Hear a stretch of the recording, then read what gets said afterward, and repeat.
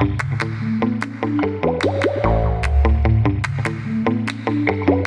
Dean Spade. Welcome back to Love in a Fucked Up World, where we talk about how to build and sustain strong connections because our resistance movements are made of our relationships and are only as strong as they are. Before I jump into this week's episode, I want to invite you to check out our Patreon, if you haven't already, at patreon.com/DeanSpade. I've been having a lot of fun building the platform and adding content that I don't really want to put on more hostile platforms. So there's a kind of different, intimate conversation happening there, really cute message boards where people are meeting each other and discussing themes from the book and the podcast. And we're also having live conversations, including an upcoming Momentary Midnight. We also just launched a store where you can pre-order the new edition of Mutual Aid, which has new content and writing in it, things I learned over the last 5 years since the first edition of Mutual Aid came out. And you can also buy cute things like hats and t-shirts to help us keep the podcast going. This week, I'm so excited to share a conversation I had with my dear friend, Shira Hassan.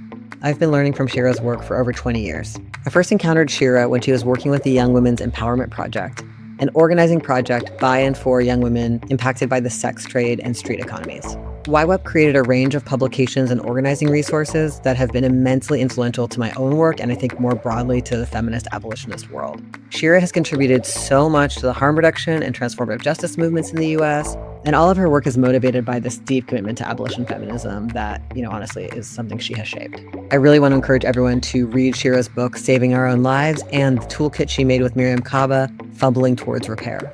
So what you're about to hear is the second of 2 conversations I recorded with Shira. For this conversation, Shira showed up with some really thoughtful questions that came up for her while reading Love in a Fucked Up World. And her questions made me understand the book in a totally different way because of the depth of her own healing practice and the investigations she's done. It was just a very profound experience for me. We'll be posting the content from my first recorded interview with Shira on Patreon at patreon.com/DeanSpade in the next few weeks if you want to hear even more than this.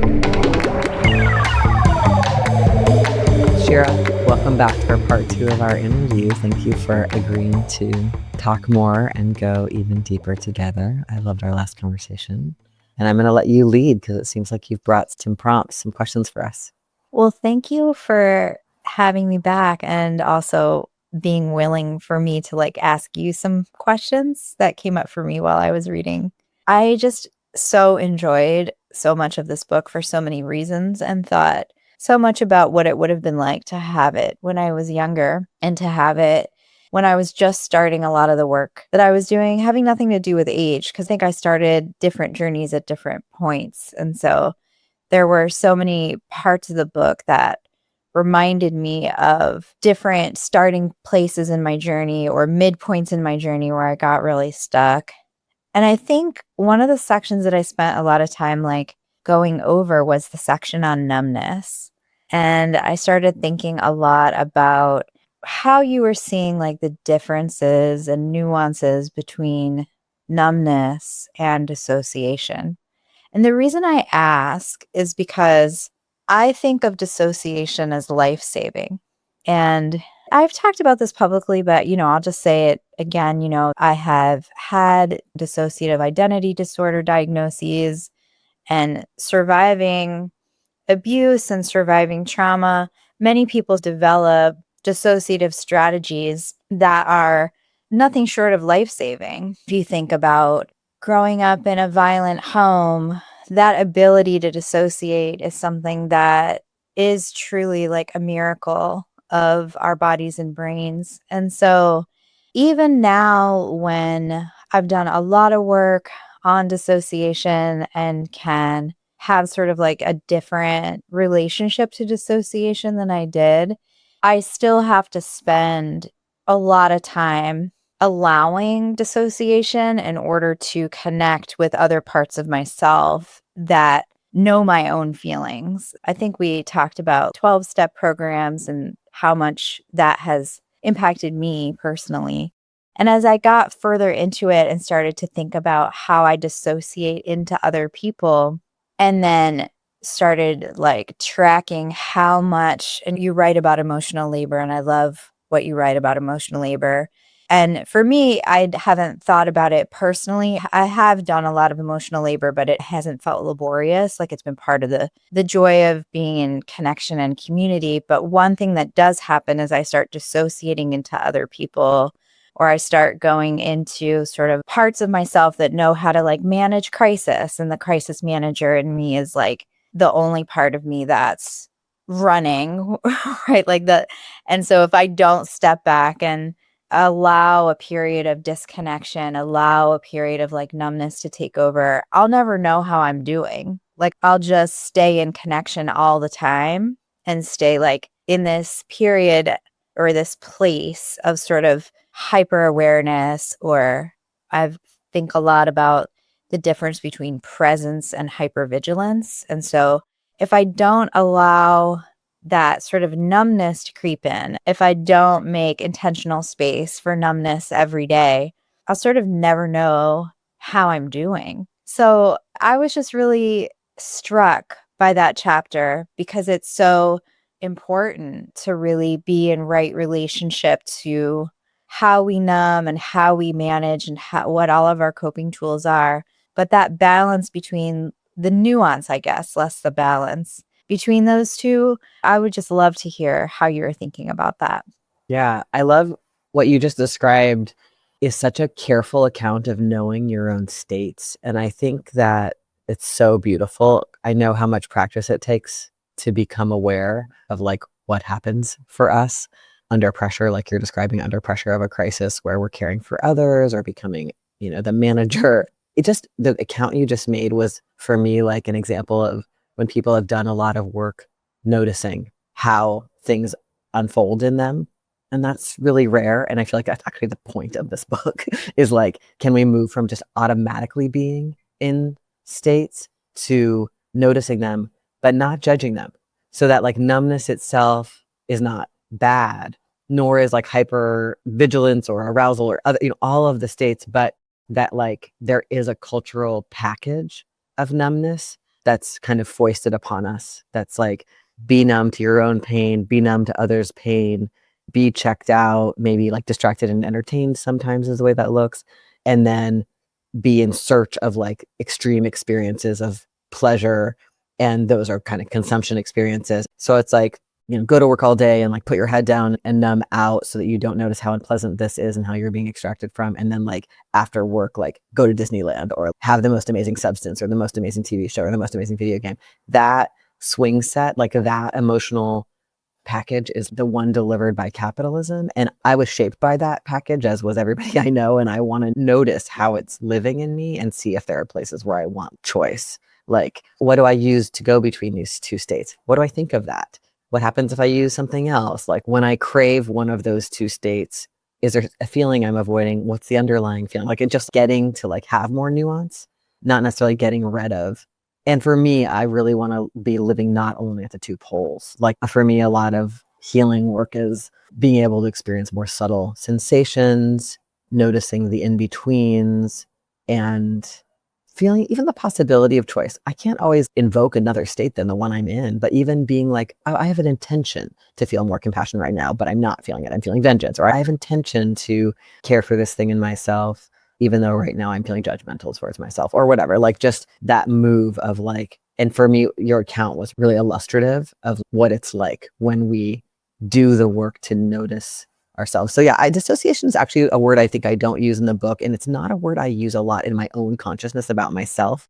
Just, different words grab us and become, but even though obviously I dissociate, I think everybody has to dissociate a lot to get by it. And I think some people do that through ways that are kind of typical. When people imagine the word dissociation, they might imagine someone spacing out, but you're describing like dissociating into other people. Many of us dissociate into fantasy or like patterns of worry. I mean, there's so many. Just if I'm not where I am right now, I'm probably dissociating into something, which most of the time, most of us are not where we are right now in our current sensations. We're in thoughts or something that's pulling us away. But yeah, it's not a word I used a lot. I had a lot of dilemmas about what words to use in this book. Some people told me that some of the words I used sounded too clinical to them and reminded them of bad experiences with psychiatry or other like coercive systems. Like I use the word distortion a lot. For me, that word is really meaningful. Like I literally think about a crystal and light's coming through it like a prism and it turns in another direction. I'm like, I've just lost the track of reality. And now I'm having like a distorted belief about you or me or the group we're in. So I find that word really useful, but some people were like, that's really clinical. I decided to keep that because it was so meaningful to me as a visual image. But I tried to use words that like wouldn't be too clinical if I could avoid it, but would bring an image to mind in a simple enough way, or like when I use the word projection, I tried to describe like what that word is in case that word's unfamiliar to people. Cause for me, that's a really visual thing where I imagine myself as a projector, like projecting a story onto you. I'm seeing Shira through this lens. I'm making Shira my mom, or I'm making Shira my sister, or my ex, or whatever.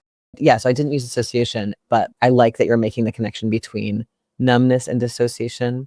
And also one of the things that I read about numbness is about the part where it lets us harm others, like how like being numb to others' pain is part of the process of like being able to live in a society where I know that the way I live requires others to like, work under terrible conditions or not have what they need or live with pollution that I'm creating. I have to be numb to like my impacts to kind of get by in this brutal society. And I think also interpersonally, being able to numb out to another person's pain that I might be causing is part of like how hurt and harm can work. And it's interesting to think about the word dissociation in that. I'm curious if you want to reflect on that at all, since so much of your work is about how we do harm each other in our communities and how we stop doing that. Yeah, it's so interesting what you're saying. I do think there's a lack of awareness of the harm, like in a lot of accountability work, when people are in a true accountability mind frame, when they're there to do their work and really want to show up. A lot of it is about bringing attention to both. I think we get really distracted by intent and impact. Like, but if I didn't intend to hurt you, then you shouldn't feel impacted by it. And I think a good portion of accountability work is bringing awareness to the fact that intention counts, but impact is actually the piece, and that people do numb out to that impact all the time. And we do it in like big and small ways. Like we do it when we participate in a lot of global systems that in some cases we can't avoid for all the reasons. And then we kind of have to like numb out in order to participate in them. And I do think that's different than dissociation. Mm-hmm. And so I think it's a really important and subtle difference, because I do want to make room for the years that we can spend in dissociation without that awareness as a part of our healing process as it relates to surviving trauma, surviving our childhood, surviving whatever we've survived. And the kind of critical stage of that, or I don't want to stage things because it sounds like you have to be older to not do it, which isn't true. But there is sort of because I still dissociate proudly, honestly. Like I don't know where I would be without it. But I am trying to be more aware of numbness in terms of like how I impact others. I do just want to like take a moment for all of the people who don't even know that they're dissociating and, are losing time and can't figure out what happened the last 2 hours or day. That's a really critical and important part of whatever healing journey you're on. And I think like numbness can be too, because I also don't know how we fully wake up into ourselves without numbness. It's almost like numbness is a really important protector in the same way that dissociation is, but maybe they protect differently or they serve different functions. I guess it segues into my next question, which was something I loved that you wrote about how numbness and accountability can't coexist. I don't know if you said that directly, but that's what I was getting, was numbness and accountability can't coexist. Something we say at Just Practice Collaborative, which is the collective I'm a part of that's done a lot of work around accountability as it relates to sexual violence, intimate partner violence, and intimate violence. We often say curiosity and judgment can't coexist. And so when you have curiosity, you can sort of ask a question and that sort of interrupts judgment. And that feels like a really important part of how we can be present for each other without sort of like slipping into automatic rejection mode. Or I loved that exercise you had with the concentric circles where it's like, this is how I'm feeling and what else is true, right? Like that exercise describes the curiosity and judgment can't coexist refrain that we have in Just Practice. It's like, what else is true? And so I loved thinking about the curiosity and judgment can't coexist with those models. And then as I was reading further, and you were talking about numbness more and accountability more, and I was thinking about how complex that is, right? Because so much of us are numb so much of the Right. time, and we need it. And so what does that mean for our accountability work? And so I don't know. I'd love to hear more about how you were thinking about that. Yeah, I mean, that's a great question. I don't think I know the answer. I do think that feeling more for me has been a path to being more accountable. Like those things have been connected. And being able to feel more and to feel more subtlety means less like kind of charging through, running over my own feelings and others, ignoring dynamics in a room, rushing myself or others. I'm also thinking about a really profound experience I had where I started dating someone very intense, like wonderful connection. And the person didn't really believe that they had an unconscious and said this to me. And then sometimes, like all of us, would do something sideways or say something that was hurtful. And then they were like, I didn't mean that by it. And I was like, well, you might feel like, for example, when you are falling in love with someone and you're feeling really vulnerable to them, there might be like a protective hostility towards that person because you're tenderized. And if you don't know that might be a possibility, then when you say something or do something that, may be revealing that, and you're like, I couldn't possibly say or do anything I didn't mean and that I don't intend, right? This thing you're describing about like how without being able to reckon with unintentional actions we all engage in, we can't be accountable. And I ultimately, it was only like, kind of ultimatum I laid out. I was like, I can't relate with you as much as I really am so into this, unless you can imagine that you sometimes do things you don't mean to do and that they might impact me. And that feels related to your question about numbness and accountability for me, because if I believe, which I do, that my liberation is being maximally in reality, I want to actually be here with what's going on and as little as possible be caught in like a story that's not true, that's from our culture or from my family, or for a survival story I made up about myself or others that is, not what's actually happening between us right now. But that did me some service, If I'm trying to get to reality, that includes potentially letting in more information than I let in when I made up that story or when I'm relying on that story under pressure. And so for me, that's somehow a process of denumbing or of feeling more a lot of the time, or like perceiving more than I at first want to perceive when I set you up as my enemy or as my abandoner, or like as you're crowding me, or whatever the story that I'm making up is that has a role. But I like what you're bringing is the value of numbness and the necessity of it in the really intense lives that we're all trying to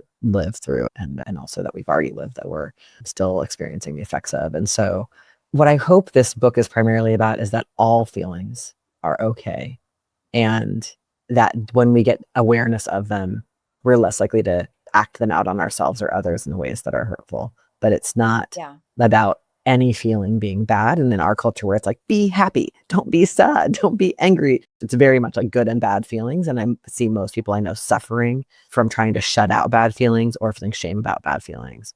So I wouldn't want to put numbness on a bad feelings list by any means. And I want to notice that our culture might force it on us more than we want. Or like you're saying, like unconsciously, we might be not noticing that we're not here. And that if we know it a little more, it might give us a little more capacity to act according to our values.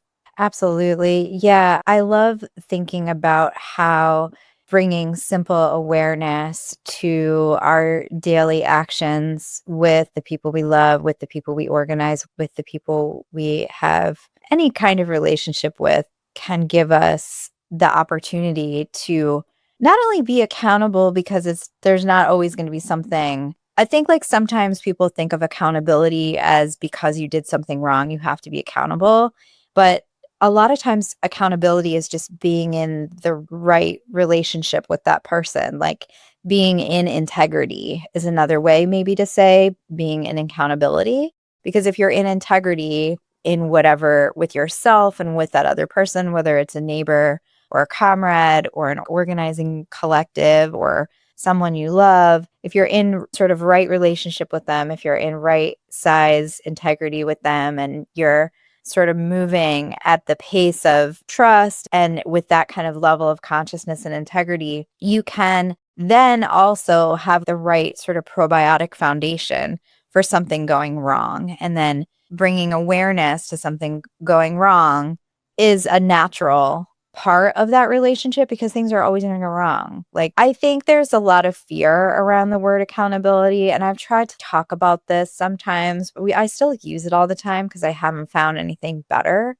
But at Young Women's Empowerment Project, we used to talk all the time because the word was so scary. Accountability meant like really scary things, right? Like as a kid, it had like horrible consequences and usually disproportionate.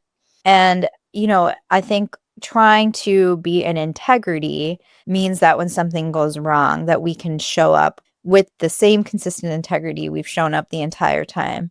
I think numbness is a part of that. I think I'm gonna hold on to that. Like, I feel like I love the point of like staying as present as possible, being as attentive as possible, being in as much integrity and right relationship as possible. And I do think there's an important lever that we all, to your point, which I think is so important, need to consciously engage. Like, we need to know when we're allowing numbness in and sort of use it as an intentional medicine rather than as the sea we're just swimming in. Although I still have a lot of love and compassion for the times in my life when I could only swim in that sea and I had no idea how to climb out of that water. And I have a lot of love and intention for all of us who are still doing that. And I love that the book gives that permission. Yeah, we can't just be a raw nerve at all times, for good Yeah. reason. Like, sometimes I am exposed to media that's more violent than I really want to let in. And I see myself stop letting it in. And that's actually just maybe the skillful means for this nervous system. I do think you're right that the word accountability is scary because it reminds people of punishment, even though the whole point of us using that word is we're trying to get away from punishment. I really have noticed that it has that effect on people, and also that people in our communities are like, we're going to hold that person accountable, and if they really mean let's punish and exclude that person. And I love Shannon Perez Darby's definition of accountability. It's just like, am I acting according to my values? And then it's like, oh, my friend's quote unquote holding me accountable is just being like checking in with me in a like loving way, like, hey Dean, like, did you mean to say that? I don't think that's the kind of word that you mean to use, or I didn't, whatever, you didn't show up to that thing and that where everyone expected you, that seems different, whatever it is that feels.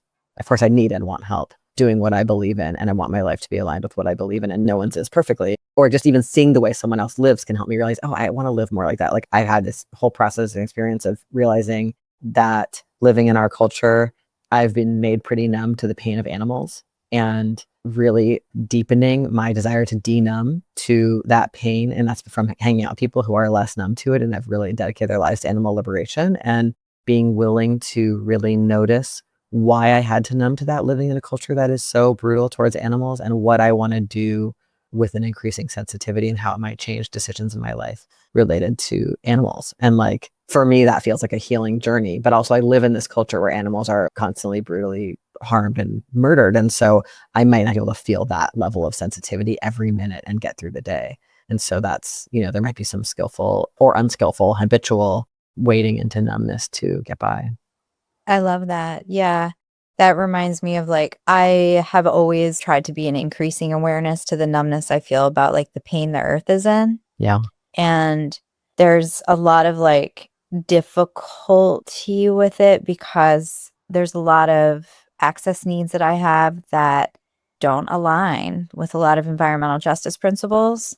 And so I don't know that it's like always about a numbness in that case, but it is more helpful to me if I try to numb around it in order to like remember the importance of a lot of disability justice pieces in my life and my immediate community. I have to sort of numb around certain things, and it's a problem, right? Like, it sucks that those things are intentional a lot, but it also really is helpful to remember that that's intentional and that there might be something else to do, and that it can be a journey and it doesn't have to be a stuck point. I was thinking also, like, it segues into the next piece that I wanted to talk to you about that I loved that came up in the book. I love this term of art that you've created called rebellious awareness. It like feeds my sort of dirty punk soul to like think about awareness as rebellious in the face of numbing. I think in liberatory harm reduction and a lot of the work that I try to do, I think about radical acceptance. And I really loved thinking about the relationship between rebellious awareness and radical acceptance. And I wonder if you thought about the relationship between those things or what you think about the relationship between those things. When you say that, the kinds of examples that my brain brings up are about the more aware we are, the less purity politics we can have, because we have to be like, wow, things are really, really, really complex and beyond my control. And so there's an acceptance inside it. It's interesting. I was just talking with somebody this morning, a dear friend who just read this book. And my friend was saying that for them, reading the book, there was a balance. Like, it wasn't like the way some self-help books read, I did this and I fixed it and I'm good now and I'm healthy. The person was like, oh yeah, in the book, I can tell you're still suffering.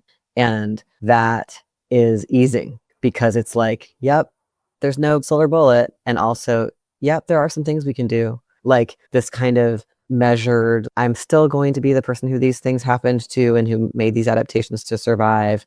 At the end of the day, I'm still going to have this wound. It's going to visit me again. I'm going to be like, God, Dean, you just did that thing again in that relationship or with your work or whatever.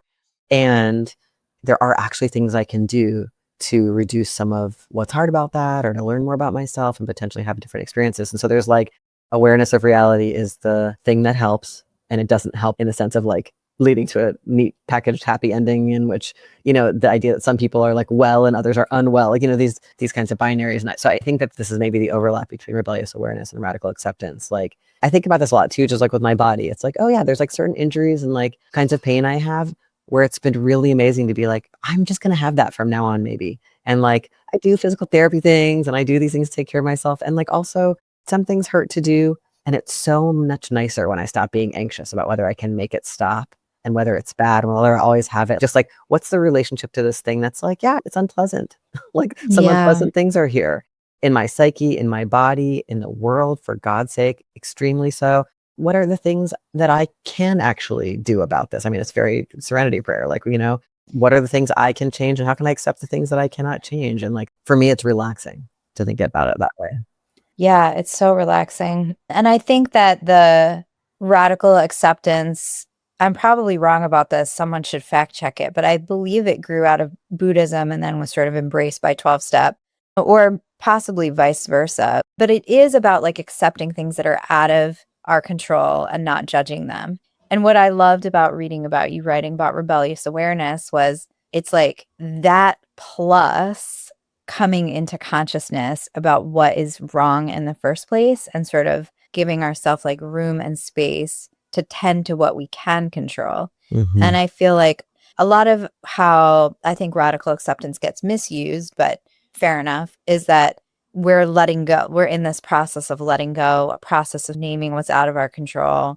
That is very soothing for me because I'm a control freak. And I don't know. I don't want to generalize, but I know that can happen to a lot of survivors. And it can also happen to a lot of people with disabilities because we need our environments to be a particular way. And so it can be a thing, but it also can just be a personality type, which I'm a double Taurus. So I'm going to own it. Like, I'm a control freak. Oldest child, I can check every box. And so for me, like radical acceptance around like, oh, I cannot control that. That is actually outside of my sphere of influence. That is very soothing. And then I loved what you were writing about with radical awareness or rebellious awareness, where it's like, yes, and what is in your sphere? What can you become more aware of? What can you take more control over? And I think I don't want to put them in tension because I think they're actually a continuum. Like, I think they're some sort of like beautiful circle diagram about how they feed into radical awareness or rebellious awareness with radical acceptance, sort of like feeding in this like ocean of self-work. And I just loved that so much.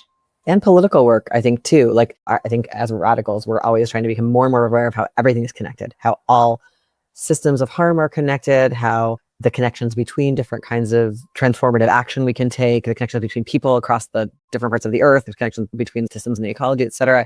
And that awareness means that like, we know there's not a single thing we can do that would fix it all or that way, like, it's just, you're like, yeah, it's really complex. And what can we do? Where is a good starting place? Or like, our work is going to be imperfect. Our group is not going to do this perfectly right. Some people are going to get left out or not going to like it. And like, if we can have acceptance around that And it's okay when someone brings the critique. We're not like, oh, we can't bear to hear that. We have to either deny it or stop our work, right? Like it's like the rebellious awareness allows us to be more accepting and still continue to do what we can do and not be perfectionists. I think that's true in the interpersonal and in the political work. I love that as a check on perfectionism too. I really appreciate that. I love it as it relates to like all of it, because I think we can use sort of numbing as an excuse around radical acceptance. And so I love like rebellious awareness as the way we come into conscious relationship with numbing. And then thinking about radical acceptance, sort of allowing us to be at the exact right place at the exact right time, doing what we can in the moment, and just sort of allowing all things to be true without that meaning we don't have to take action. Yeah, it's also very related to what you said before about just practice saying again and again that curiosity and judgment can't coexist. Because what I want is for all of us to be relentlessly curious. So it's okay to find out from somebody, hey, the way you did that didn't work for me, or the way your group is framing this leaves these people out. And I don't have to defend when I hear that. I'm like, oh, I'm just so curious to hear more about that, because I already knew we were imperfect people doing imperfect work. So I was ready to learn more about what we might do that might make it a little bit better or might connect to more people. Or also, you know what, we cannot meet that access need, and we're not going to deny that it's an access need or that we didn't meet it. I see this so often with perfectionism around access. It's like people do more excluding by being addicted to being perfect at it than just being like, yes, every space has gaps around access, and we're going to be intrepid in our desire to build access, but we're not going to pretend it's there when it's not, or say it's not a real need. But you don't need to go there if we're not defensive. We're just curious, Yeah. I love that. And I love something that gave me a lot of permission was when I got to be lucky enough to be a part of Young Women's Empowerment Project in my 20s. We intentionally described ourselves as a learning project. And we were very clear, like, we don't know what we're doing. We are, we were all young people in the sex trade and street economy using drugs, trying to figure out not only how to build like a leadership membership container, which is hard enough, but also inside of a nonprofit. It wasn't a nonprofit because it wasn't a service model, but we had a C3 designation, which meant that we had to do so much paperwork. And we were just like, we are just not going to know. There's so much we're not going to know. And the constant refrain of this is a learning project. Mm-hmm. This is how we're learning how to do this work. This is what it means for young people in the sex trade, young people who are using drugs, dealing drugs, to learn how to be organizers. It means we're always a learning project.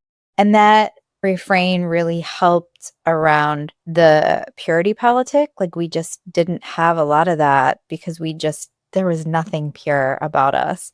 But when we were in struggle around things, we had a consensus process so that there wasn't like one way. We would often sort of come up with a scale of how we were going to do things if when, so that it allowed for practice to be what guided us as opposed to idea of what the work should look like or what young people in the sex trade organizing should look like to be what defined how we operated. And there's something about that was both, I think, an act of rebellious awareness and radical acceptance at the same time. Mm-hmm. I have one last thing. Mm-hmm. One of the things that I loved about this book, because I also am like a giant self-help book reader. I think that was one of our connection points, is that sort of ravenous self-help book reading. I am a giant hater of you can't love others without loving yourself. I am so makes me want to throw up and start fires, when I hear that. And there's a lot of reasons for it. I think it just denies people who are actively healing from love. I think it creates some hierarchy that's so difficult. Like it's so ableist. It's not trauma centered. There's just so many things about it that drive me bananas. Like the sentence that I've sort of developed around it to say back to people is, I can love you without loving myself, but I can't connect with you without being in connection with myself. And this is what I need to be in connection with myself so that I can feel the love that I have for you and feel the love that you have for me.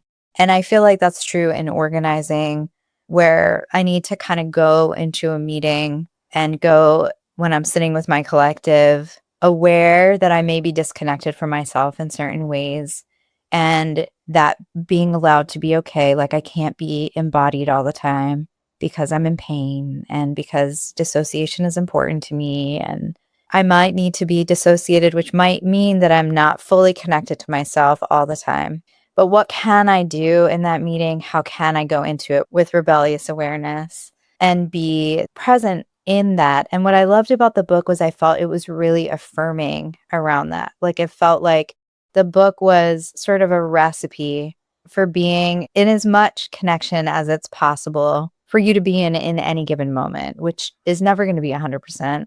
It may for me never even be 80%, right? Like, it's just going to be as much as we can do at the time, but it's an invitation and sort of a recipe for being in enough connection with ourselves that we can be in sort of, as Shannon would say, our values around how we want to show up. And yeah, I don't know if you have anything to say back to that, but I just really appreciated that room and that recipe and that invitation. I'm so glad that you said that, because I think it's so damaging, the things we're told about self-love. And also self-love just has this like, there's like a kind of shallow mainstream take. Just love yourself. Just start loving yourself now. Like, just what does that mean? I think it's really harmful because most people have to be kind of relentlessly critical of themselves and full of shame to like get by in like school and families and stuff. So those are the most visible feelings inside ourselves, often are narratives or self-talk. And then to be told, love yourself. And then, people look in the mirror and they don't feel self-love, or they, most of my life, I was just like, what does that even mean? It actually, like, it made like an ew, like, ugh, like now I don't trust whoever has just said or whatever I've just read that told me that, because it's just too simplistic. And of course, it's very mean to say that means I can't love anyone else because I can't relate to that phrase. That's ridiculous. And I think this one thing in this for me that came up when you were talking is how the word love is just very, very, very vague in our society. What does it mean? So if love is a series of actions, I actually am feeding myself. I actually am bathing or getting dressed or finding a way to have sexual pleasure with someone. Or people are doing some loving and caring for themselves a lot, even while not being able to have the thought or the like kind of succinct special moment that maybe they've been told to expect around self-love. So just not ignoring that, like, the act of surviving and being with others and with ourselves is loving in some kind of basic way that doesn't need to feel like the sensation of love that maybe people are hoping for. It's been healing to me to notice when my friends had kids, I was like, oh my God, it takes so much to keep a child alive. All of that happened for me, even though I don't remember it. And I tried to just let that in, that all of that love happened for me by those same adults who didn't show up in other ways that I do remember.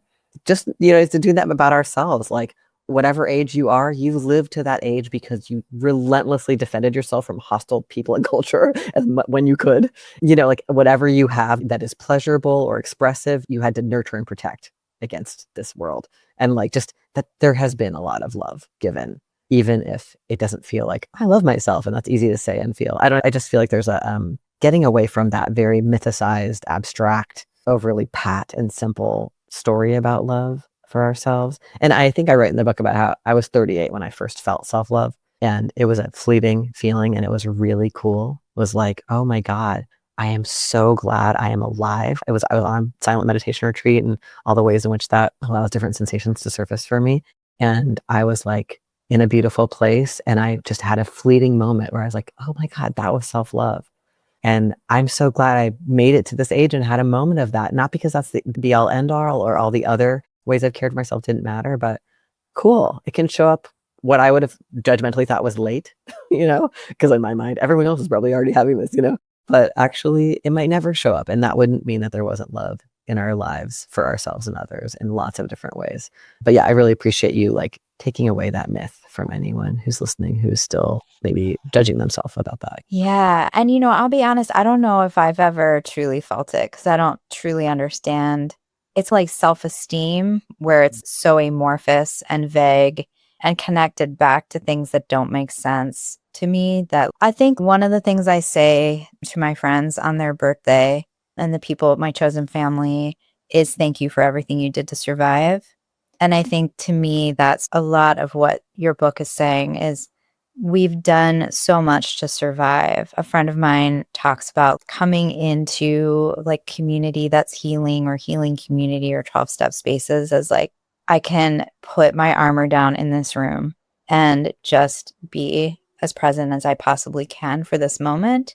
And I don't know how I think about sort of self-love overall, but what I do love is that you break sort of the art of loving and being in love with your political community, being in love with anyone and anything that you're in love with as a set of concrete practices. And as someone who needs to be reshown things a lot, right? Like I'm constantly like, give me a recipe kind of person. I really appreciate that about this. What you said about self-esteem just made me think about back to the rebellious awareness and radical acceptance piece. I think a lot of us just go to extremes. We're like, oh my God, I'm terrible. I hate myself. I shouldn't hate myself like I do. Or we're like, I'm great. And I'm going to have an empowerment narrative that I heard I should have, like these two extremes. And it's like, I think I just want to be in the middle. Like, yeah, there's some things that I've done and ways I've been a friend to others that I feel good about. And there's some ways that I can see that I have non-loving self-narratives that I'm not afraid to know I have. Like, oh, wow, like I can have some internal self-talk that I got from cultural stuff and from ways I was treated that I'm still working with. And it's okay to be sad about it. Like I know a lot of wonderful people who were truly treated as children like they were just garbage and were just not loved and were hurt very badly. People were supposed to care for them. That's actually incredibly common.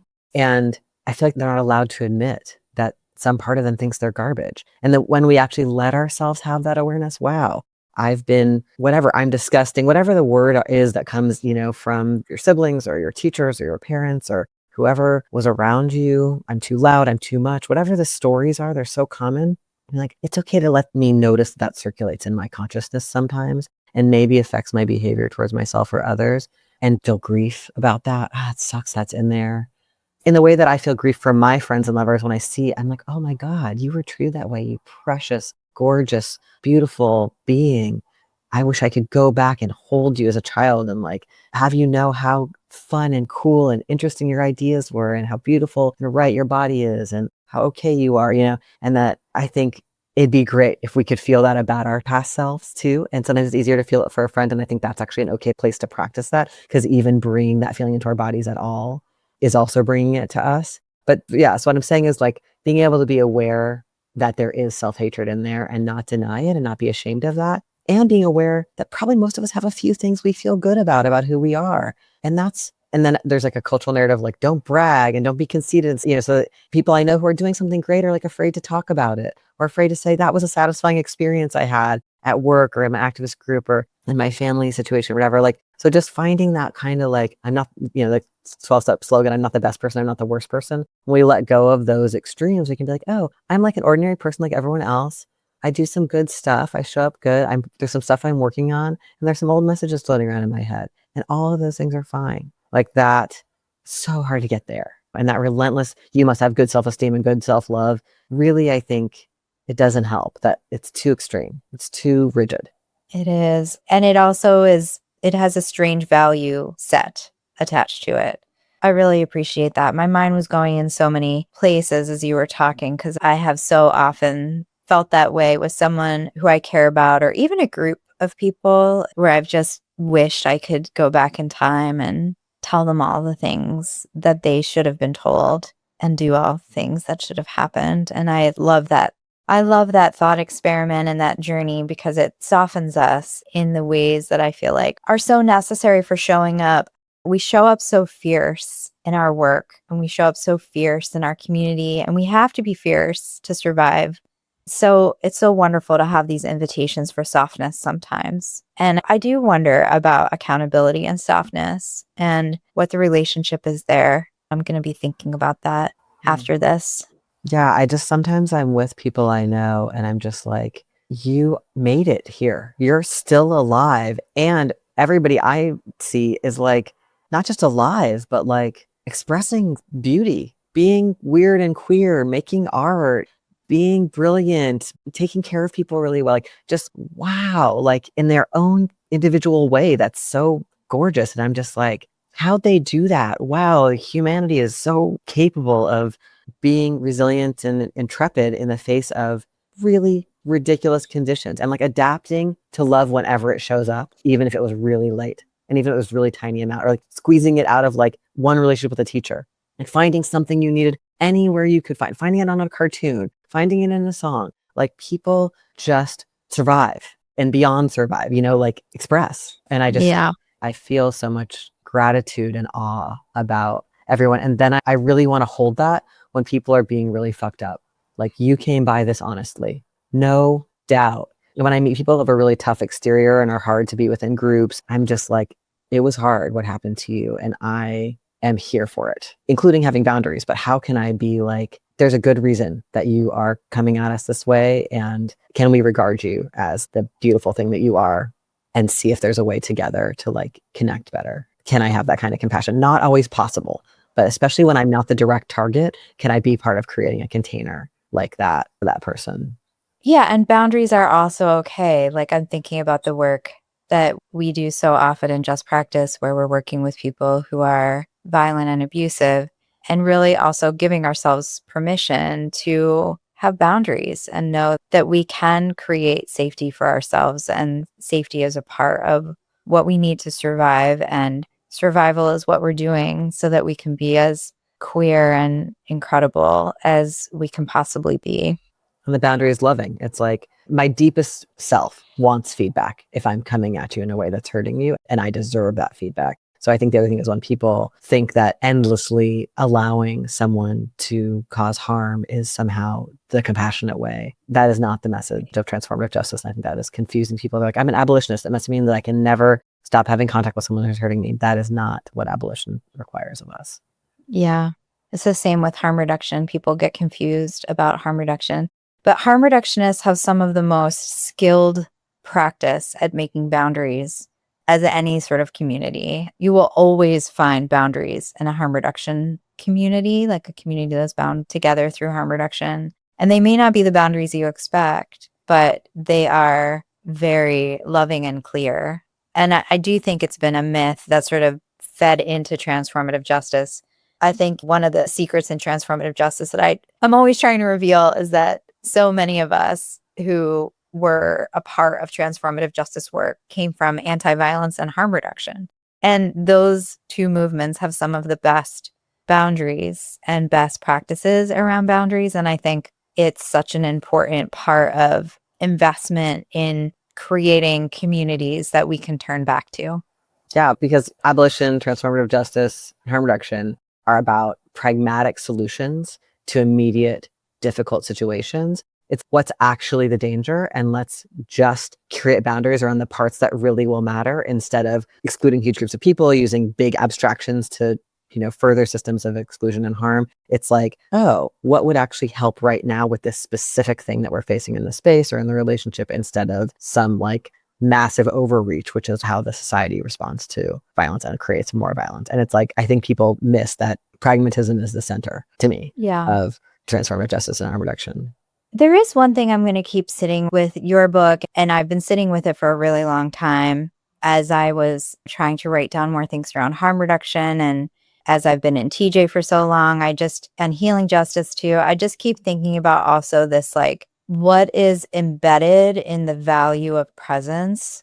Like, we place such a high value on presence, on being able to show up, on being able to be verbally communicative. And there's so many layers to how we make boundaries that involve a lot of self-knowledge and involve a lot of like components of presence that create a really interesting dilemma for anyone who's in an altered state, or who may be disabled, or who may be dissociated, and the ways in which that can affect presence. And yeah, I'll just leave it at that, to say that there's this thing that I'm sitting with, and I'm going to be sitting with it for a long time, because I think it's a tension that exists in a lot of what I do, is that there's a value of, if you can't communicate about a particular thing, if you don't have a certain amount of self-awareness or self-knowledge, if you don't have the ability to make, set, and maintain a boundary, and all those things are very hard. And now we're adding the layer of like being embodied, which to me is like the hardest hurdle. And I have a lot of feelings and complex confusion around it, because when I sort of was coming up messy in harm reduction, it was a very much come as you are space, which is what kept me alive. And a lot of what we're doing is actually, we're not saying don't come as you are, because we're saying we're not a culture of disposability, but we are saying come in a particular way, which I think is fair and good boundaries. But then it gets super complicated for me in between those. And so I love this book because it provides an opportunity around that. And I just really appreciate this conversation and you. I'm not sure how to close this because I feel like we could keep talking forever. We could talk forever, literally. Yeah. We will be, hopefully, for the rest of our lives. Yes. Amen to that. Or not amen. I'm not religious. But yay. Yay to that. Thank you for bringing such juicy questions. It's really a pleasure to me. I wrote this book for like 9 years and didn't share it much along the way with people compared to my other work. I felt a lot of shyness about it. And so it's really amazing to get to engage with the people I love and respect and learn from, and whose wisdom guides the book. You are such a person, and I am also very grateful for everything you ever did to survive. I'm so grateful for you. And I can't believe we get to have something in our hands that represents 9 years of your life. That's so incredible. And thank you for putting 9 years into it. I can feel it. And it's so special. And you keep giving us things to grow with. And I'm so grateful to you for that and for everything. So thank you. Thank you so much to Shira Hassan. It was such a pleasure to go deep in these concepts together. I'm really grateful for the conversation. Thank you for joining me for the latest episode of Love in a Fucked Up World. This podcast is based on my book of the same name, which is out now from Algonquin Press. I hope you'll pick it up from an independent bookstore in your community and not Amazon or Audible, and I recommend using Libro.fm as an alternative to Audible if you want the audiobook. Love in a Fucked Up World is hosted by me, Dean Spade. It is produced and edited by Hope Dector. Thank you to Cito, Eugene, Derek, Kelsey, Lindsay, Jessica, Raindrop, Nicole, and everyone else who helps with this podcast. Our theme music is I've Been Wondering by The Ballet. We need each other now more than ever, and I hope this podcast offers tools and ideas that can help us to build and sustain strong relationships and strong resistance movements. I hope you'll keep listening, subscribe, and share this episode with people in your life.